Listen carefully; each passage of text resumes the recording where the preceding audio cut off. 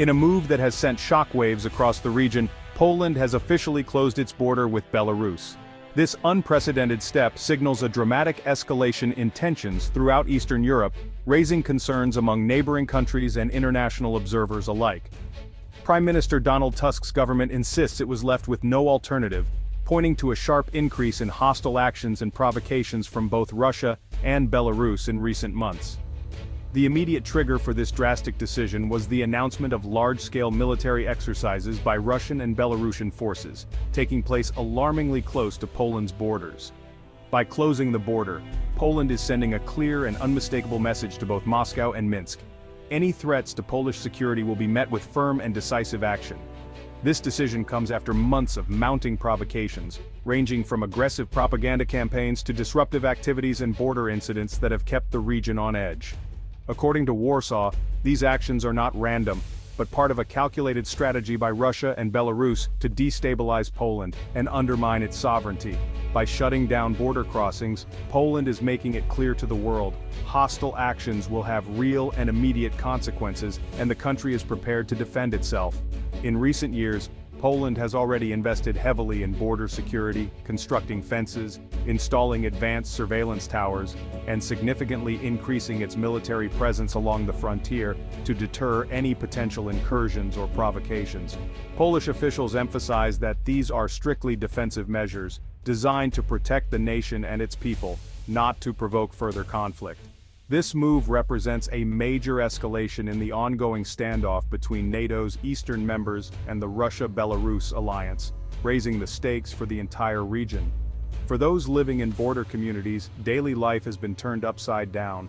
What was once a zone of trade and travel is now dominated by military fortifications and uncertainty. The Polish government argues that this sacrifice, though difficult, is necessary to ensure the safety of both the nation and the wider European Union, as security threats grow more complex. Poland's actions serve as a stark reminder that peace in Eastern Europe is fragile and can no longer be taken for granted in the face of mounting geopolitical tensions. Today, the Poland-Belarus border stands as a heavily fortified front line, a symbol of a much larger struggle for security, stability, and the future of the region.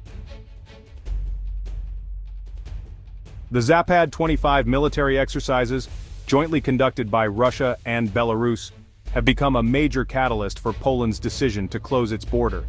These war games are not just routine maneuvers, they represent a significant escalation in military posturing right on NATO's doorstep. These drills, the largest since Russia's full-scale invasion of Ukraine, are being staged alarmingly close to Poland's eastern frontier. The sheer scale and proximity of the exercises have set off alarm bells across the region, with satellite images revealing a massive buildup of troops and equipment just kilometers from NATO territory. NATO officials are deeply concerned. They fear these exercises are more than just a show of force. They could be a rehearsal for a real conflict, a test of NATO's resolve, or even a cover for sudden military action.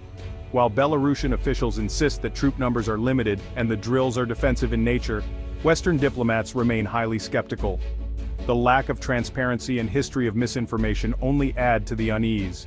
In the past, Zapad exercises have been used to mask large-scale troop movements, sometimes serving as a prelude to real-world escalations. This history raises fears that the current drills could be a smokescreen for something more dangerous. This year, the drills reportedly focus on the Suwałki Gap, a narrow but strategically vital corridor that links the Baltic states to the rest of NATO. Control of this area is crucial for the alliance's ability to reinforce its eastern members. The possibility of a rapid move to cut off the Baltics alarms military planners. If the Suwałki Gap were seized, Estonia, Latvia, and Lithuania could be isolated from NATO support, making them vulnerable to aggression. In response, NATO has launched its own large-scale exercises across Eastern Europe, mobilizing multinational troops, tanks, and aircraft. These drills are meant to demonstrate both readiness and deterrence, sending a clear message to Moscow and Minsk. For Poland, the presence of Russian and Belarusian forces so close to its border is a direct threat. It revives painful memories of past invasions and occupations, fueling a sense of urgency and determination to defend its territory. The sight of heavily armed troops and armored vehicles just across the border has forced Poland onto the highest state of alert. border patrols have been reinforced and military units are on standby, watching every movement with growing anxiety. The region has become a potential flashpoint, where even a minor miscalculation or provocation could spiral into a much larger conflict with dire consequences for all of Europe. The Zapad 25 drills have transformed the Poland-Belarus border into one of the most heavily militarized and dangerous zones in Europe, marked by fortifications, warning signs, and constant surveillance. With tensions at a breaking point, the world watches anxiously, hoping that diplomacy can prevail before war games turn into something far more deadly. Russia quickly condemned Poland's border closure, calling it hostile and destructive. The Kremlin demands the border reopen, accusing Poland of escalating tensions. Russian officials insist their military drills are defensive, blaming Poland and NATO for fueling instability. Moscow's narrative: it is under siege by a hostile alliance, forced to defend itself. The diplomatic fallout is severe, communication channels are narrowing, increasing the risk of miscalculation. Russia sees every NATO move as a threat, while Poland views Russian actions as deliberate destabilization. The war of words highlights deep mistrust and a dangerous standoff.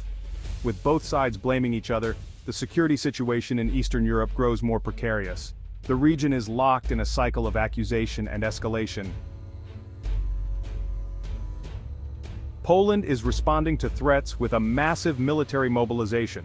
40,000 troops now guard its eastern frontier.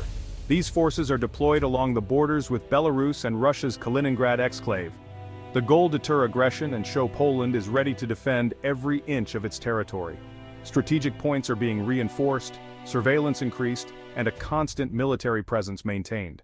This is one of Poland's largest deployments in recent history. The operation is closely coordinated with NATO, emphasizing collective defense. NATO drills in the region reinforce the alliance's commitment to Poland's security. The message: any attack on Poland will have severe consequences. Poland's strategy is deterrence, making conflict too costly for its adversaries. By strengthening defenses, Poland hopes to prevent war, not provoke it. The stakes have never been higher for peace in the region. The Suwalki Gap, a narrow 100-kilometer corridor between Poland and Lithuania, has become one of the most talked about regions in modern European security. This slender stretch of land, often overlooked on the map, holds immense strategic significance for the entire NATO alliance. It is widely considered NATO's most vulnerable point, a potential weak link in the alliance's eastern defenses. The Suwalki Gap is the only land connection linking the Baltic states, Estonia, Latvia, and Lithuania, to the rest of NATO. On either side, it is flanked by Russian Kaliningrad to the northwest, and Belarus, a close Russian ally, to the southeast. If this corridor were ever seized or blocked, the Baltic states could be completely cut off from Allied reinforcements and supplies, leaving them isolated and vulnerable. Russia's large-scale Zapad military exercises reportedly include scenarios that simulate capturing the Suwalki Gap, which has raised alarm bells throughout NATO and among military analysts. In response, Poland and its NATO allies have poured significant resources into fortifying the area, deploying more troops, advanced military hardware, and state-of-the-art surveillance systems to monitor every movement. The aim is clear: to make any potential attack on the gap as difficult, costly, and risky as possible for any adversary. Today, the Suwalki Gap stands as a focal point of military buildup and rising tension, with both sides watching each other closely. Both NATO and Russia recognize its immense strategic importance, turning this narrow corridor into a potential flashpoint for future conflict.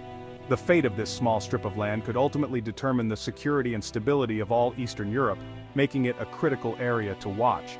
As tensions simmer, the world is watching this vital choke point with growing anxiety, aware that what happens here could have far-reaching consequences for the entire region.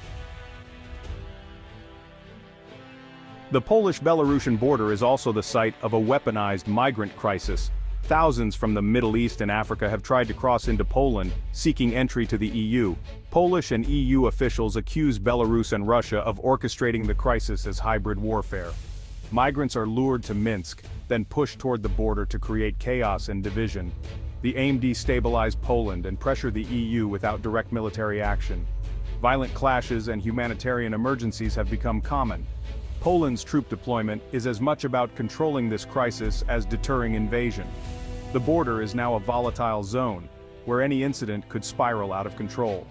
The use of migrants as political tools has deepened the crisis and strained EU resources. Hybrid tactics like these make the security challenge even more complex. A shadow war of espionage and sabotage is intensifying in Poland. The government blames Russia and Belarus for a surge in covert operations, spying, disinformation, and sabotage. Recent arrests, including alleged spies and provocateurs, confirm these fears.